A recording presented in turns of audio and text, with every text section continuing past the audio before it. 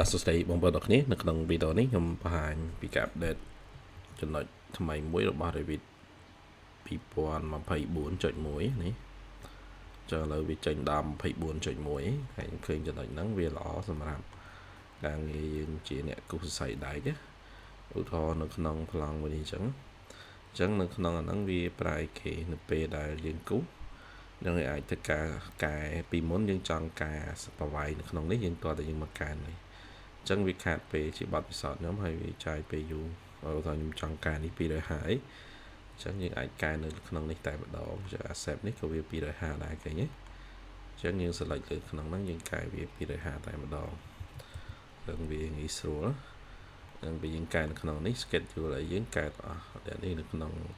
ធ្នឹមលេខ3នេះហើយលេខរៀងរបស់វានេះ216ចឹងលេខ3អូខេអានេះរបស់វាគឺ250នេះចឹងខ្ញុំឧទាហរណ៍នៅក្នុងតសម្ដងក្នុងធ្នឹមនេះក៏ដូចគ្នាដែរយើងចុចទៅអូខេចឹងនៅក្នុងនេះពេលដែលយើងចុចនៅក្នុងហ្នឹងវាមានប្រវាយយើងកែ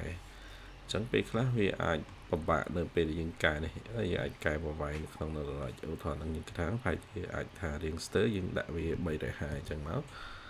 ចឹងវាកែ direct ទាំងអស់ហើយនៅក្នុងនេះក៏350នៅក្នុងតារាង detail យើងក៏350ដែរអញ្ចឹងចំណុចហ្នឹងវាកាត់បន្ថយពេលវេលានៅក្នុងការកែឬក្នុងការសបទៅវិញប្លង់គឺថាអាចវិធីហ្នឹងអាចចំណេញដែរដូចក្នុងនេះការខ្ញុំគិតថាទៅលើវាអាចវែងពេកអញ្ចឹងយើងអាចកែទៅដូចក្នុងនេះខ្ញុំយកចង់នេះយើងអាចសេស្មើនៅក្នុងហ្នឹងខ្ញុំចង់ឲ្យសល់តែ100អញ្ចឹងខ្ញុំដក200ចេញមកអូខេអញ្ចឹងវាកន្លែងនេះវាសល់តែ100ឡើយនេះខ្ញុំដករៀងស្ទើសល់9ទៅមើលតម្លៃលេខហ្នឹងវិញអញ្ចឹងមុខងារអាប់ដេតមួយហ្នឹងវាមានតែប៉ុណ្ណឹងអរគុណអ្នកនរគ្នាជួបគ្នានៅវីដេអូក្រោយបាទ